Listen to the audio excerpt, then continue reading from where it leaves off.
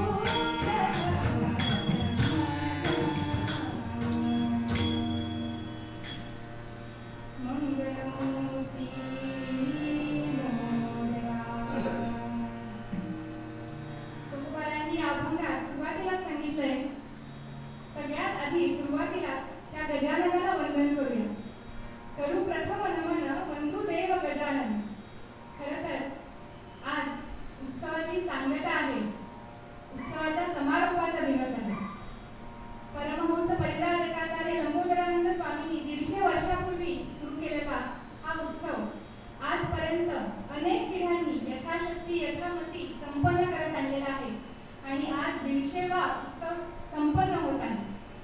हा टप्पा नुसता संख्यात्मक 150वा म्हणून महत्वाचा आहे असं नाही, तर त्या अनुषंगाने या साऱ्या उत्सवाचं, या साऱ्या प्रपंचाचं मूळ स्वरूप, मूळ तत्व, मूळ उद्देश याच्याशी असलेली आपली संलग्नता एकदा पडताळून पाहावी, त्याचं पुनरावलोकन व्हावं, या उद्देशाने हा टप्पा महत्वाचा. सुरुवातीलाच थोडं विषयांतर होईल, पण नुकतंच वंदे मातरम या आपल्या राष्ट्रीय गीताला 150 वर्ष पूर्ण झाल्यानिमित्ताने देशभरात वेगवेगळ्या कार्यक्रमांचं आयोजन केलेलं आपण अनुभवलं. पण त्या साऱ्याचा उद्देश केवळ साजरं करणं हा नसून आपल्या देशाचं जे मूळ तत्व आहे त्याच्याशीच आपण पुन्हा जोडलं जाणं, त्याचं पुनरुज्जीवन व्हावं, हा तो उद्देश.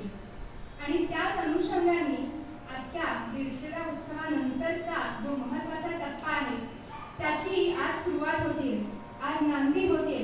आणि त्या सुरुवातीलाच करू प्रथम नमन बंधू देव गजानन.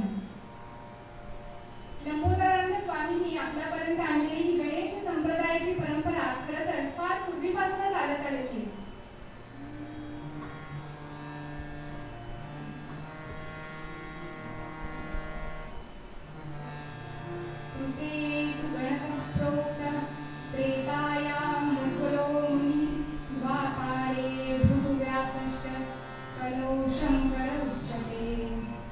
प्रत्येक युगात लोककल्याणासाठी, धर्माच्या उद्धारासाठी, धर्माच्या संरक्षणासाठी परब्रह्म परमात्मा जसा अवतार धारण करतो, तसंच गणेश संप्रदायाचं ज्ञान लोकांना मिळावं, गणेश भक्तीची ओढ लोकांमध्ये निर्माण व्हावी म्हणून ज्यांनी मोठं कार्य केलं असे 5 प्रमुख पंचगुरु मानले गेलेले आहेत 4 युगांमध्ये. कृतयुगामध्ये गणकऋषी, अथर्वशीर्षामध्ये ज्यांचा उल्लेख आहे, सैषा गणेश विद्या गणकऋषी, ते गणकाचार्य. त्रेतायुगामध्ये मुद्गल ऋषी, द्वापार युगात भृगु आणि व्यास ऋषी आणि कलियुगामध्ये जगद्गुरु आद्य शंकराचार्य. त्रेतायुगामधले जे मुद्गल ऋषी, त्यांचे पूर्णावतार मानले गेलेले गणेश योगींद्र यांचं कार्य साधारण 450 वर्षांपूर्वीच आहे. असं मानलं जातं की सध्या जो गणेश संप्रदाय रूढ आहे त्याचं मूळ आणि गुरुत्व या गणेश योगींद्रांकडेच आहे. ते एवढी ही प्राचीन परंपरा आपल्यापर्यंत कशी आली हे थोडं जाणून घेऊया. मोरेश्वर व सुशिला हे गणेश योगींद्रांचे वडील आणि आई. खरं तर ते एक विशेष घराणंच होतं, कारण गणेश योगींद्रांचे काका चिंतामणी योगींद्र हे शृंगेरी पीठाचे पीठाचार्य म्हणून त्यांनी अद्वैत मत सिद्धांताच्या प्रसारासाठी प्रचंड मोठं असं काम केलं. आणि अशाच विशेष घराण्यातले मोरेश्वर आणि सुशिला पुत्र प्राप्तीसाठी त्यांनी मोरगावला जाऊन तपश्चर्या केली, अनुष्ठान केलं. त्यांच्या तपश्चर्येवर प्रसन्न होऊन साक्षात गणेशाने त्यांना दर्शन दिलं. साक्षात गजानन त्यांच्यासमोर प्रकट झाले आणि म्हणाले, तुमच्या तपश्चर्येने, अनुष्ठानाने मी प्रसन्न झालो आहे. तुमची मनोकामना लवकरच पूर्ण होईल, कारण माझं म्हणजे गणेशाचं जे ज्ञान स्वरूप आहे त्याची मांडणी, त्याचं विश्लेषण मुद्गल ऋषींशिवाय इतर कोणी करू शकणार नाही. आणि म्हणूनच ते ज्ञान लोकांना मिळावं आणि मोरगावी असलेल्या गणेश पीठाचा उद्धार व्हावा, यासाठी तुमचा मुलगा संन्यासाश्रम स्वीकारून हे कार्य हाती घेईल आणि तुमचा दुसरा मुलगा तुमचं कुलोन्नतीचं कार्य करेल. त्यामुळे तुम्ही निश्चिंत असावं आणि आपल्या गावी परत जावं. या साक्षात गणेशाच्या झालेल्या दर्शनाने मोरेश्वर आणि सुशिलाच्या आनंदाला पारावार उरला नाही. ते आनंदित मनाने आपल्या गावी परत गेले. यथावकाश त्यांना पुत्र प्राप्ती झाली. त्या मुलाचं नाव त्यांनी गणेश असं ठेवलं. योग्य वयात व्रतबंध करून योग्य असे संस्कार केले आणि तिथल्या विनायक शास्त्रींकडून त्याचं अध्ययन करून घेतलं. त्यानंतर मात्र वडिलांनी मोरेश्वर यांनी गणेश पुराणाचं पारायण त्या गणेशाकडून करून घेतलं आणि त्यांच्या गणेश उपासनेला प्रारंभ झाला. त्यांची ही गणेश भक्ती एवढी अलौकिक होती, इतकी मनोभावे त्यांनी ही गणेशाची उपासना केली की साक्षात या गणेशाला पुन्हा त्या श्री गणेशाने दर्शन दिलं. त्याच्या समोर ते प्रकट झाले आणि म्हणाले, तुझ्या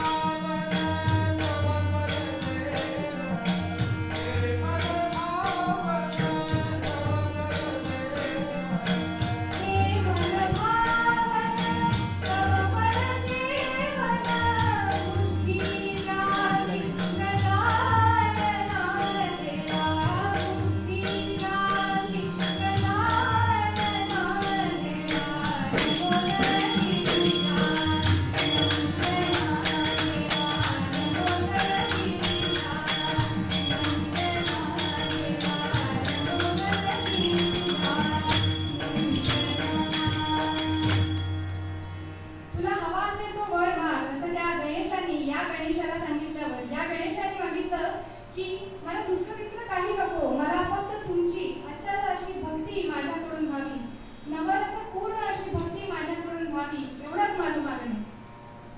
त्यावर पुन्हा प्रसन्न होऊन श्री गणेश म्हणाले, अशीच प्रार्थना, अशीच विनंती मुद्गल ऋषींनी केली होती आणि या युगात गणेश धर्माचा प्रसार व्हावा म्हणून माझ्याच आदेशावरनं मुद्गल ऋषींनी तुझ्या रूपात जन्म घेतला आहे. तेव्हा तू आता शृंगेरीला जाऊन चिंतामणी योगींद्रांजवळ जाऊन त्यांची सेवा कर, त्यांच्याकडून दीक्षा घे आणि मग मोरगावी परत ये. ती अनुज्ञा घेऊन आपल्या आई वडिलांची आणि बंधूंची आज्ञा घेऊन गणेश चिंतामणी योगींद्रांकडे शृंगेरीत जाऊन पोहोचले. तिथे त्यांच्याकडून त्यांनी संन्यास दीक्षा घेतली आणि त्यानंतर त्यांचं नाव गणेश योगींद्र असं करण्यात आलं. तिथे आपले गुरु चिंतामणी योगींद्रांची अहर्निश सेवा केली आणि एक दिवस चिंतामणी योगींद्रांनी त्यांना सांगितलं की या पीठाची जी अधिष्ठात्री आहे तिने आदेश दिला आहे तुला की तू मोरगावी जाऊन वैदिक गणेश धर्माचा प्रसार करावास, त्या अनुषंगाने कार्य करावास. पुन्हा ती आज्ञा शिरसावंत मानून ते मजल दरमजल करत मोरगावी येऊन पोहोचले. तिथे आल्यावर सुरुवातीला मुद्गल ऋषींनी सांगितलेली द्वारयात्रा त्यांनी पूर्ण केली आणि मग नित्यपाठ, नित्य पूजा पाठ, गणेश प्रस्थान त्रयीचा पाठ अशी नित्य उपासना त्यांची सुरू झाली. त्या उपासनेने, त्या